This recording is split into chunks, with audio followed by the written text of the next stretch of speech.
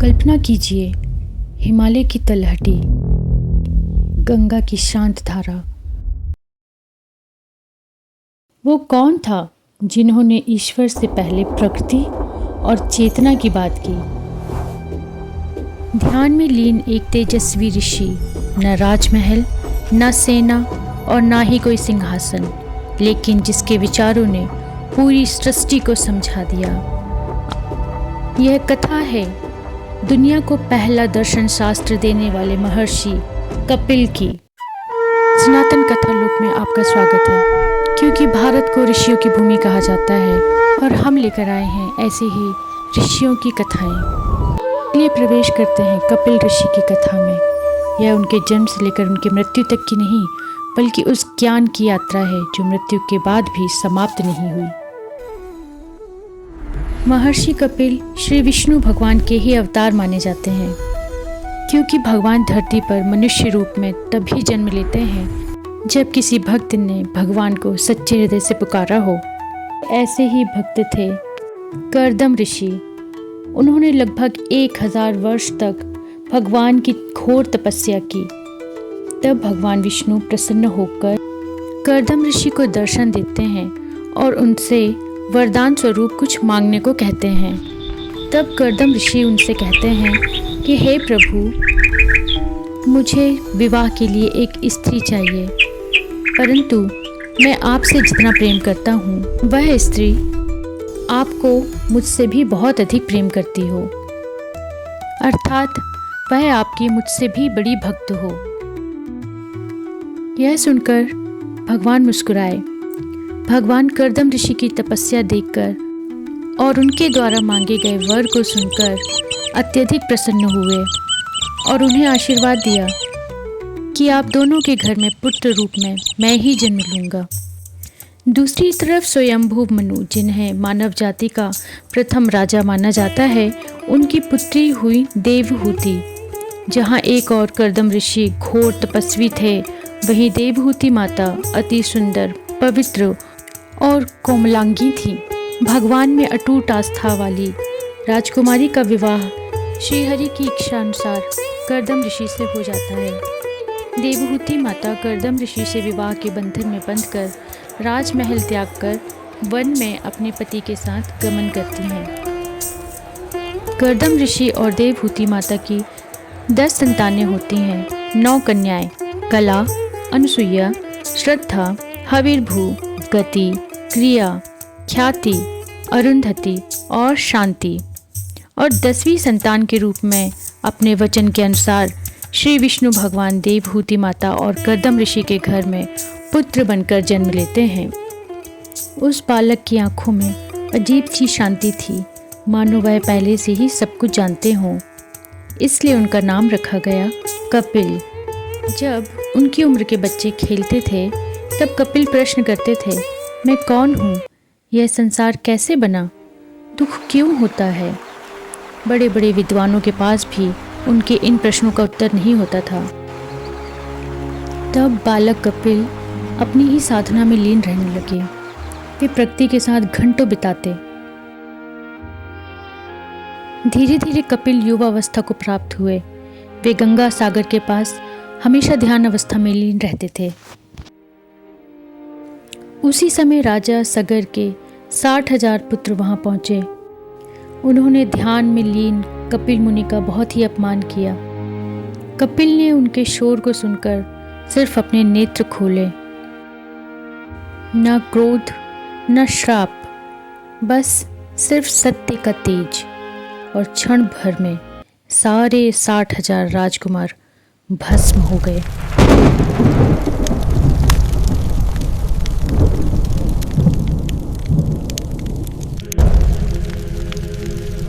इस घटना के पीछे भी एक गूढ़ रहस्य था, जिसके कारण स्वर्ग में बहने वाली गंगा को भी धरती पर आने के लिए विवश होना पड़ा।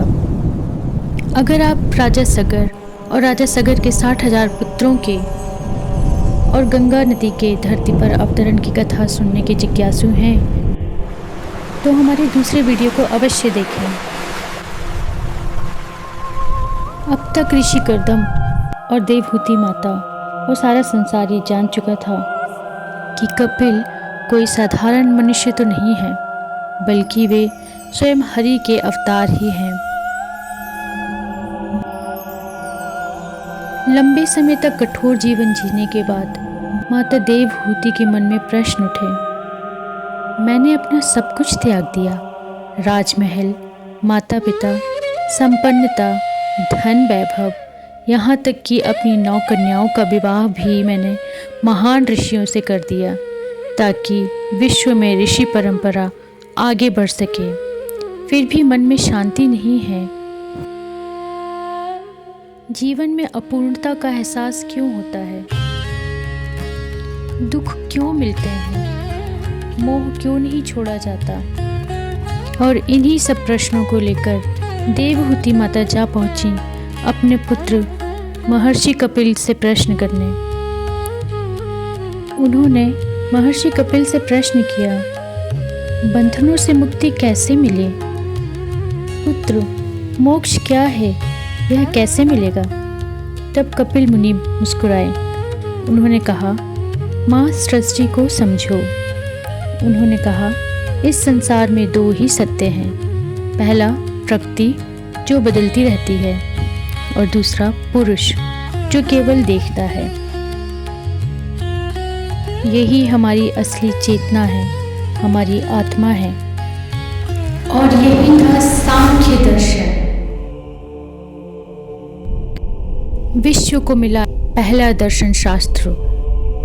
इसमें महर्षि कपिल ने सृष्टि को 24 तत्वों में बांट दिया। इन 24 तत्वों में 5 महाभूत पृथ्वी, जल, अग्नि, वायु, आकाश, 5 ज्ञानेंद्रियां, 5 कर्मेंद्रियां, मन, बुद्धि, चित्त, अहंकार। उन्होंने कहा, आत्मज्ञान ही मोक्ष का मार्ग है। सृष्टि अपने नियमों से चलती है। यह विचार उस समय क्रांतिकारी थे। कपिल ने अपनी माता देवहूति को भक्ति, ज्ञान और वैराग्य का रास्ता बताया। उन्होंने बताया, ईश्वर को जानने से पहले स्वयं को जानना बहुत ही आवश्यक है। सांख्य दर्शन का प्रभाव योग दर्शन, वेदांत, बौद्ध दर्शन और आधुनिक मनोविज्ञान में भी पड़ा। यहाँ तक कि आइंस्टाइन और क्वांटम थ्योरी भी प्रकृति चेतना के सिद्धांत से मेल खाती हैं। भारत ने दर्शन में दुनिया को रास्ता दिखाया था। महर्षि कपिल ने देवहूति माता को जो ज्ञान और उपदेश दिए, वह श्रीमद् भागवत पुराण के स्कंद 3 में विस्तार से मिलता है, और यही कहलाती है कपिल गीता।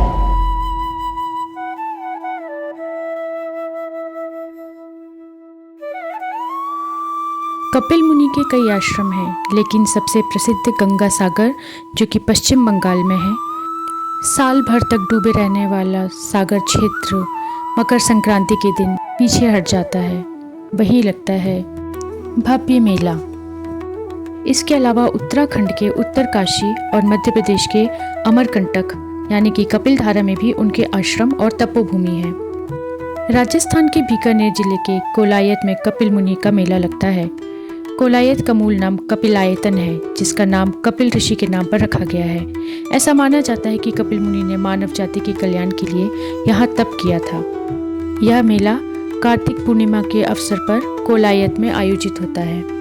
कपिल मुनि ने जहाँ जहाँ शिव भगवान को प्रसन्न करने के लिए तप किया, वह मंदिर कपिलेश्वर महादेव के नाम से विख्यात हुआ। भारत में ऐसे कई कपिलेश्वर मंदिर हैं, परंतु जो प्रसिद्ध मंदिर हैं उनकी सूची में बेलगाम का कपिलेश्वर मंदिर, जो कि कर्नाटक में स्थित है, दक्षिण काशी के नाम से प्रसिद्ध है। इसी तरह पिथौरागढ़ उत्तराखंड में, भुवनेश्वर उड़ीसा में और तिरुपति आंध्र प्रदेश में भी स्थित कपिलेश्वर मंदिर प्रसिद्ध हैं। अगर आप इनमें से किसी भी मंदिर में गए हों तो कमेंट सेक्शन में ज़रूर बताइएगा। महर्षि कपिल योग साधना में लीन होकर देह त्याग कर इस संसार से चले गए। उनके प्रमुख विचार थे, अज्ञान ही बंधन है, ज्ञान ही मुक्ति है, आत्मा शुद्ध है, उसे समझना ही मोक्ष है, प्रकृति कार्य करती है, पुरुष केवल साक्षी है। आज विश्व के हर कोने में मनुष्य तरह तरह की बीमारियों से ग्रस्त है। प्राकृतिक संपदा और पूरी प्रकृति से ही हाँ, मनुष्य प्रजाति ने बहुत ही छेड़छाड़ की है। आज सच में हम सभी को ज़रूरत है प्रकृति के नियमों को समझने की, अपने अवचेतन मन को समझने की, सांख्य दर्शन को समझने की।